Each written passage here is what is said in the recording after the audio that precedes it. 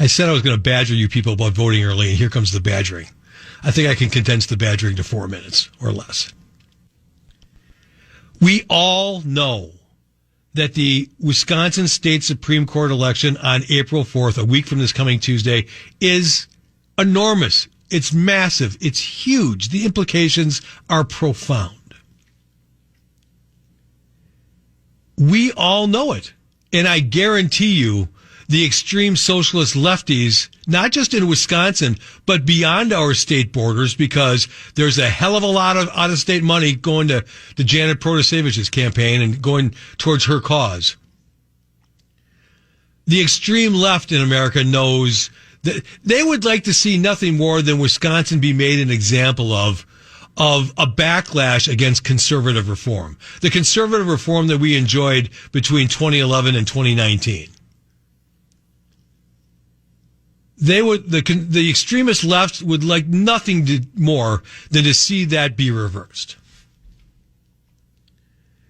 Now, conservatives need to come to grip with something.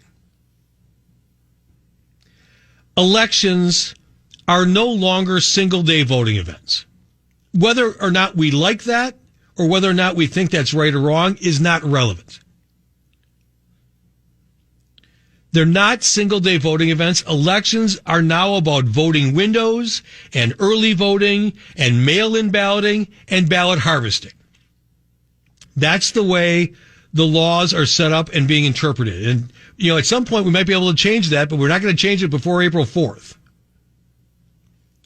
And further, if we want conservative candidates to win, we have to play the ballot game as efficiently and as effectively as the lefties play it. And I'm here to tell you, the lefties play this ballot game very, very, very well. They're quite sophisticated. I think partially driven by nostalgia, I guess, a lot of conservatives look at voting as this experience. Oh, it's an experience. And I get that. You go to your polling place on election day. Other members of your community are there. Maybe one of your neighbors is a poll worker. You go to your polling place on election day, you cast your ballot, you get your I voted sticker, and you bask in this sense, this glow of civic duty and pride. And that's all great. I get it. Except in every election, a certain percentage of people who intend to vote on election day end up not voting on election day and end up not voting at all in the particular election. I got busy. My kid got sick. My mom fell down the stairs. I had to take her to the hospital. Whatever. I had car trouble. Whatever it might be. Or I forgot. I mean, you got to remember that not everybody is into public policy and politics as we are who frequent this radio station.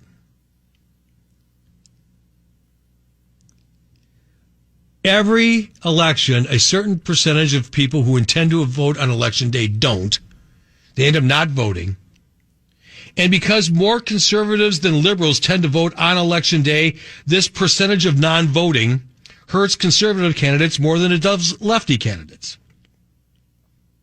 So I am here to tell you that it is time to change your mindset until the laws become more controlled and reasonable, until we get rid of things like mail-in balloting, until such time when we make early voting a much smaller window. I think even 2 weeks is too long. I think it could be a week, and that would be more than enough.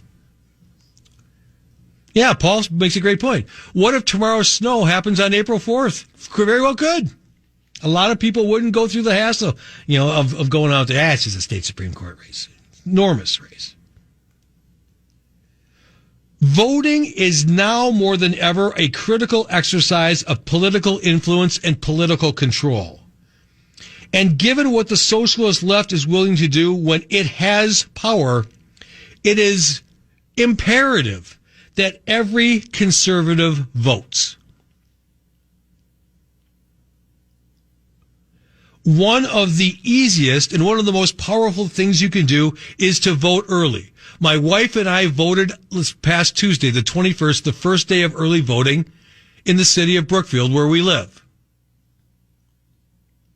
Bank your vote early so your preferred candidate does not have to use resources late in the game to ensure that he or she is getting your vote. It's just the smart play. And we conservatives have to use our smarts to be able to work the system as it's currently constructed, as it's currently constituted, in order for us to see our preferred candidates get elected to office. Early voting for this April 4th election started last Tuesday. In most places, it's past Tuesday. In most places, it's going to end on Friday. Call your municipal clerk and find out when the early voting hours are, and then just go do it. My wife and I met at the Brookfield City Hall at 4:15. By 4:25, we had cast our votes and we're back in the car. It literally took like 12 minutes. My final thought, this is not to say that conservatives shouldn't try to change election laws to get rid of things like ballot harvesting, to get rid of sort of this uncontrolled chain of custody plague problem mail-in voting process. The liberals have a multi-billion-dollar apparatus and thousands of election activists nationwide to harvest ballots of indifferent voters. And that's where they're getting their margins.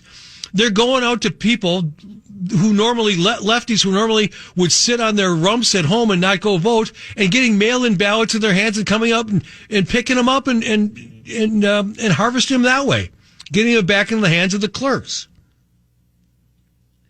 Conservatives can't compete with that. I get it. We need to change those laws. But like I said, we're not going to change them by April 4th. Get out and vote early. Please go do this. Because I'm telling you, Republicans will win election day. But it won't matter in a state Supreme Court race where maybe 1.6 or 1.7 million ballots might be cast at the top end. If the lefties go in with 150,000 ballot advantage into Election Day, that's awfully tough to make up.